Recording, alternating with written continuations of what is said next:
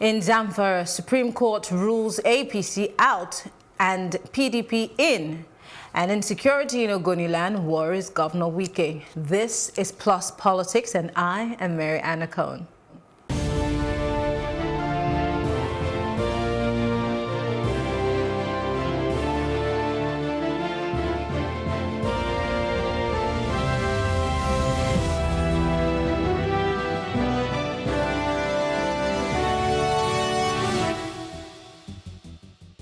Nigeria's ruling party, APC, has finally lost its bid to govern Zamfara State for the next 4 years, following a Supreme Court ruling.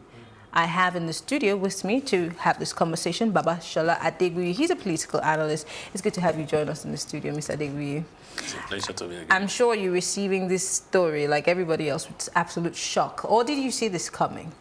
Well, actually, I actually saw it coming, because if we are to look at what the Constitution says, in respect of primaries, then we know that nothing different will happen from what has happened. Let's go back to how it all started. We remember that they were very late in sending in names for their candidate. Remember, the APC in Zamfara had a similar situation to what happened in River State, but theirs was a bit different. They sent in the names late, and they also had inter-party squabbles.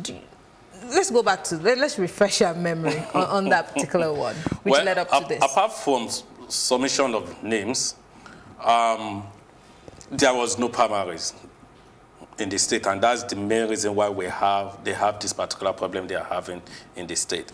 If you remember very well, they were to have the primaries. I think the National Board of APC, if I can remember very well, did not send representative there. INEC was not present at that particular primaries that they claimed to. They had. Yeah. So now, when that happened, when the primary was not conducted, they submitted name late. And apart from that, there were two factions or more than that in the state at that time. Some were at the mercy of the national body, some were not at the mercy of the national body. So this one on the other side took the second faction to court. And this is where all the drama started. That's where the drama started. I'm just wondering, every political party is supposed to have a constitution, rules and regulations that they go by, especially when it comes to conducting congresses or party primaries. How come that in this election, in 2019 elections, or in 2018, APC almost always had it wrong with internal party politics? It's not about APC power, actually. It's about individual. We should try to understand that if we have lawless people, regardless of the position they find themselves, they will behave so. How do you mean? I'm trying to understand what you mean. There is a constitution that says primaries must be conducted. But in a situation whereby a particular person who is in a position trying to enforce his own people on the members of the political party, it's lawlessness. That's number one. Number two, we should remember that before the primary election, APC introduced two different types of election. Primary, the direct one, indirect one. They stated the states that were to have the direct one and those that were to have the indirect one. So, which of course did not go well with some of the states. You get my point? That's number two. Number three, we should also remember that he who plays the pipe dictates the tune. He who plays the pipe? Yes, dictate the tune. You get my point? So, in other words, regardless of what happens, we are the one at the National Assembly. Go ahead, submit the report, and there was an instruction from the INEC office that time that they will only honor list from the national president and the national secretary, nothing from the state. So, assuming it were to be state, maybe the other faction would have taken their own list to INEC. But the other one went to the Abuja, and from there they got their name submitted there. And at the end of the day, it led to the matter of someone taking another party, another faction to the court. And the first court gave a judgment that INEC had every right to remove their name from the list. That was before they postponed election The date. elections. So the following week that the election was to hold, I think about 2 days or 3 days, they now announced another federal high court. I think it was on the eve. It was not on the eve. It's just about 2 days. 2 days to, yes, yeah, the elections. Exactly. So Yeah. another federal high court now gave a contrary judgment that APC should participate in the Zamfara election, and that is where the confusion started. So can we rightly say that the court also had a hand in, stirring this pot of confusion within the APC? Because again, we see the same thing, or we saw the same thing play out in River State, which led to all of the APC seats being forfeited to the PDP, which is the major opposition, or rather the incumbent in the state. So because they had 2 parallel primaries, and the issue of direct and indirect primaries was also a problem. So can we say that the courts have a role to play in all of this? Actually, it baffles me when I see the same court giving 2 different judgments. Same court within the same jurisdiction giving 2 different judgments. It shows that there's something wrong in the judiciary. And I believe, or I think the NJC should look into that direction, whereby they will ensure that there shouldn't be, no other court should entertain any case that is in the other high court, regardless of the state, or most especially when it's within the federal high court or the state high court. As long as it's within federal high court, no federal high court in any other state should entertain.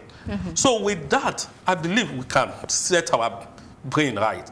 That's number one. Number 2, in respect of what has happened now, I remember the Court of Appeal also gave a judgment. They upheld the first judgment, and now the Supreme Court. What has happened now is that Zamfara, APC, we have no representative at the state and the federal level, apart from the presidents. So let's do the math together. So this means that the APC loses the governorship. Governorship 1. It loses the houses of assembly. So that's 24 members. Yes. 7 federal representative members. Wow. And 3 senatorial.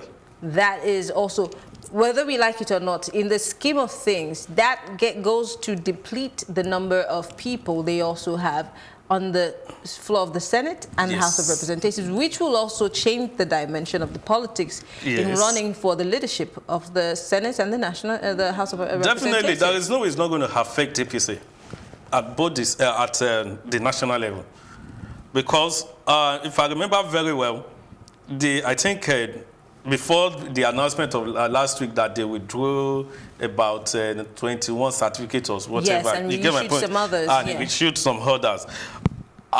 They had about 67 members in the Senate, and our PDP had about maybe 40-something. So if you remove 67, 7 out of 67 is already going to 60. Then 40-something plus 7 is going to... So they are almost at par. Wow.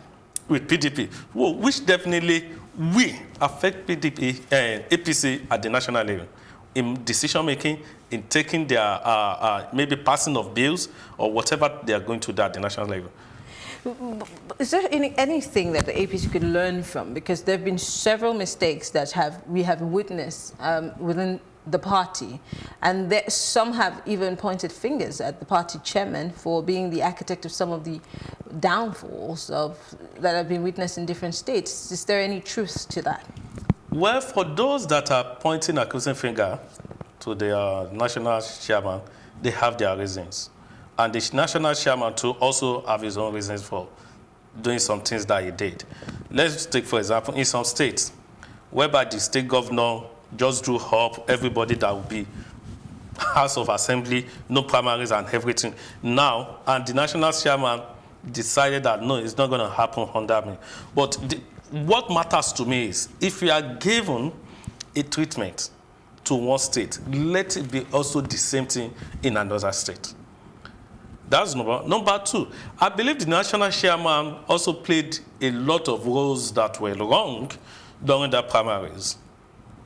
During the primaries, if you remember very well, I remember that of Lagos, I remember Ogun, and I remember that of River State that you mentioned.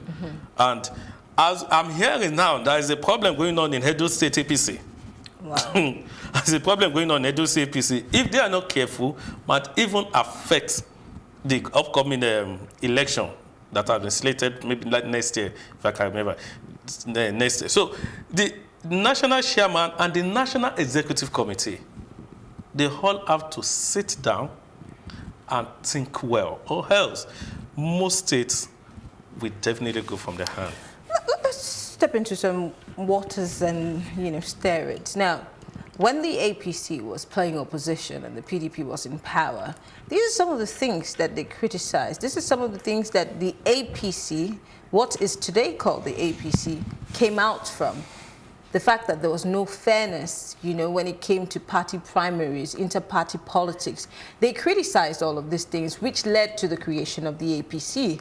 And just 4 years, literally 4 years down the line, they're literally doing the same thing, if not exactly what they criticized their opposition for doing. They were criticizing them because they were not in power. As we all know, they are both twins. Or let me say a coin. How do you mean? A coin. One is facing the other side, the other one is facing the other side. But definitely they are joined together. They are not different. You and I, we know that after APC won the election, a lot of people from PDP migrated. As far as I'm concerned, I think about 75% in APC now. Well, they claim to be progressive. They claim to be change agents. Progressive is a name that can be given to anybody. Which differs from what, they pegged the PDP as 16 years of, theft and looting and injustices. Because they too, they claimed that they were bringing change. So we're wondering, how is this change reflecting in their inter-party politics, let alone leading the people of Nigeria? Well, as at that time, they did not have their hand in the cookie jar. You get my point? They are now the one dictating now. So they are now seeing what PDP, or what they were not saying that time, that made them to be criticizing the PDP government. You get my point? Now, when PDP, for example, let's talk about the restructuring. I remember very well, APC was one of the political parties, or the major political parties, that was clamoring for restructuring. Now, that time, PDP did not say anything good in restructuring. When they came in now, they are not say anything or even looking at that direction. So they always, what I believe, most of these politicians play on the intelligence of the masses. All they are interested in is to get to power. And when they get to power, no matter what you guys say, we don't bloody care. Nonchalant attitude to come in. So, again, I know that you're not a member of the APC, but there are lots of things that are glaring, or maybe as a politician, you would probably have an idea, a political analyst. Is this a reflection of how the Nigerian politics is in general, in its totality, whether you're in APGA, you're in Labour Party, or the big parties? Is it glaring that there is some sense of insincerity or purpose in these political parties? Well, for APGA and other political parties, they are yet to be in power. But for APGA wins a lot of elections in the East, so you can't say they get to be in power. They do, yeah. But we know that in Anambra State, they are actually performing, looking at the governors, Obiano and Peter Obi, that have ruled the state, and people from Anambra can actually testify what. So for being in the national position, they have not. But I only know. Does it have to get to that point for you to be able to grade them or tell if they are transparent? Can we also examine people at that level? Well, we can examine people at that level. When we examine people at that level, then we have to do a lot of comparison. We'll have to do a lot of comparison. Just like I mentioned earlier, APGA had Peter Obi and William Obiano. And from if you look at some other states, the same party that have ruled down the period of Peter Obi, and also now, I can tell you they have not performed as these Anambra State governors has performed. You get my point? So we can do comparison when it gets, but at the national level, the only way we can compare is APC and PDP, because these two are the two major political parties. What were the performance of PDP? What are the performance of APC at the moment? So we can compare the two. So for us, from what we have seen so far from the two political, I can say there is insincerity insincerity. The word change was borrowed or was taken out of the mouth of people. Not that. As at the time they were clamoring for change. The definition of their own change is totally different from the masses. The masses thought, oh, we are looking for a change that will be totally, the government that will be totally different from PDP. But they changed they were interested in, as in the APC, they were interested in, it's just for them to take power from the PDP, and they have that. Unfortunately, it's not impacting the lives of the people. That's not. And number two, they are not talking of the next level. Well, maybe the next level has not started because the inauguration will be coming up on May 29. But so far, so good, I can tell you there is a lot of insincerity on the part of most of our leaders. All right. Let's talk about the fact that, yes, we've just done the math as to who's leaving office, what the APC is going to lose. But going all the way to the results to see, because I hear that the PDP candidate is obviously going to take over because they were the second runner-up spot. Yeah. I don't know. Maybe we have to call out or pull out the election results to be sure that maybe there might have been some other parties, because we saw in some states when they were calling the results, there were some parties other than the PDP that were ahead and they were behind the APC. I think that was Ogun State. Ogun State. Yeah. So, but I do not know, I'm not sure about Zamfara, if there could have been other parties, especially for the representative and the Senate seats, which may not all be PDP. From the result I saw, I think in most cases, PDP actually came second in most of the seats. But one thing I'm not so sure is, if PDP, by virtue of what is stated in the Constitution, they meet up with that. In other words, for you to be declared winner, you must have 3/4 of the vote. Then plus simple majority. You get my? I don't know if PDP actually met with that, but this judgment of the Supreme Court says the winner, the second person, should be sworn in as the winner of that election. So we have to do another round of calculations to be certain that the PDP qualifies. Well, we don't know. We will wait for INEC to do that. But let's talk about quickly, before we wrap this conversation up, going forward, what do you think that the APC would learn from this? Will they even learn anything from this? Because they've really been hit hard. They've lost 2 states so far. Yeah. Outrightly, 2 states lost all of the seats. Going forward, do you see changes happening at the national level? Do you see some form of, let's say, a reshuffling in the national, hierarchy of the party? Being that, like I said earlier on, people have been pointing fingers at Comrade Adams Oshomole for being the architect of some of these damages that have been, caused in the party. Do you see any changes going forward? Or maybe because of some certain loyalty, he probably will still be there? Well, if I'm to look at what has been happening in the state, in the nation for the past 4 years, whereby we have a president who saw no reason why any of the ministers should be either removed or, let me say, reshufflement of cabinet. You should get. So I will tell you that in the next 4 years, I will tell you that before the next convention, I'm not seeing Adams Oshomole leaving that particular position, the chairmanship position. But nevertheless, we can't rule it out. Anything can happen anytime, depending on whose tune it will be dancing tune as at that time. That's number 2. Number 3, it's now left for the National Executive Committee to now ask themselves 2 questions. Then the question is just very simple. Are they ready to pardon the Kano after 2023? If they are not ready, then I believe there will be no changes. If they are ready, I expect them to sit down, go back to their drawing board, learn from their mistake, and move on. Interesting. I'm just wondering to myself, as we get ready for the swearing-in ceremony, of course, everybody's looking forward to what the APC plans are for the next level, like you mentioned. I'm just thinking, even if APC doesn't do something within the party, do we see a movement from the APC to the PDP, aggrieved members, or are they going to start like the NPDP, which would take a different... I'm just wondering, because they have taken so many blows from, you know, for example, Rivers, now Zamfara, and there's still skirmishes here and there in different parts of the country within the party. Do you see them standing as a bloc beyond 2023? Do you see it surviving? Seeing them standing together beyond 2023 depends on the interest. We should try to understand something. Most of our politicians are only interested in their own personal life. As long as they are in working term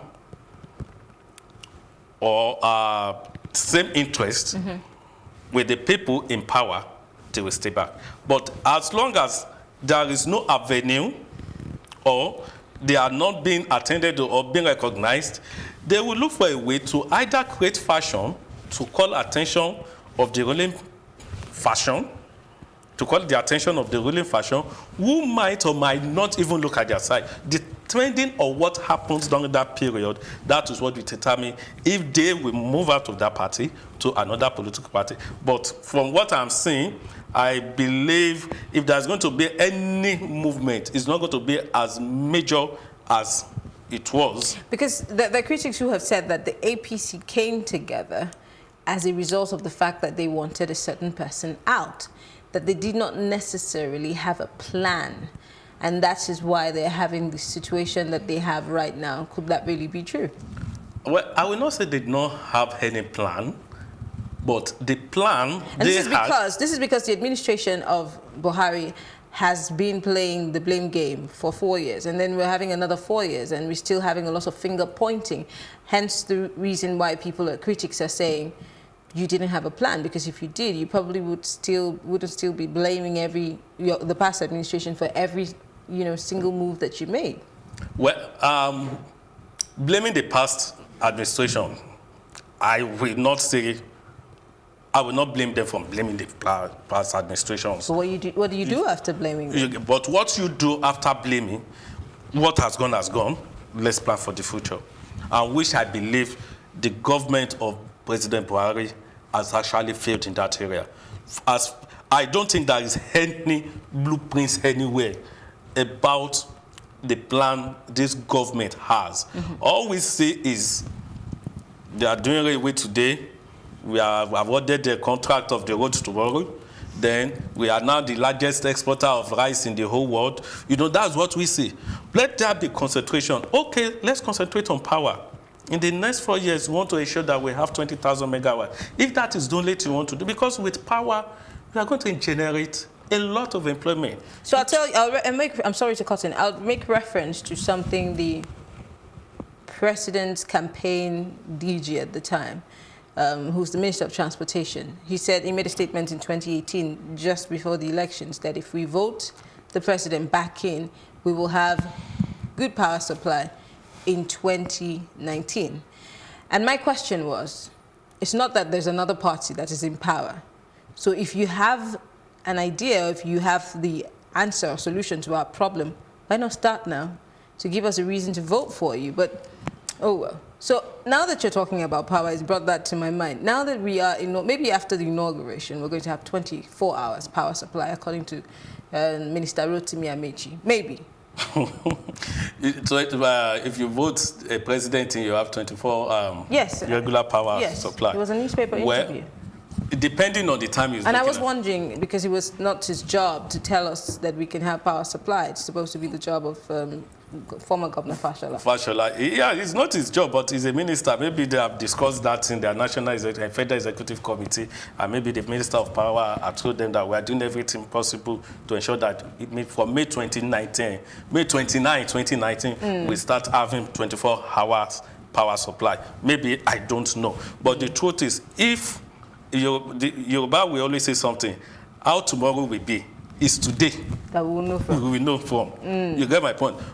Today, I learned this mega power or whatever, the megawatt has dropped to 2,000 something today. Every day is always a system. For good 4 years, you know there is always a system problem, and you failed to fix that problem for good 4 years. So, as far as I'm concerned, I'm not seeing that coming up for May 2019.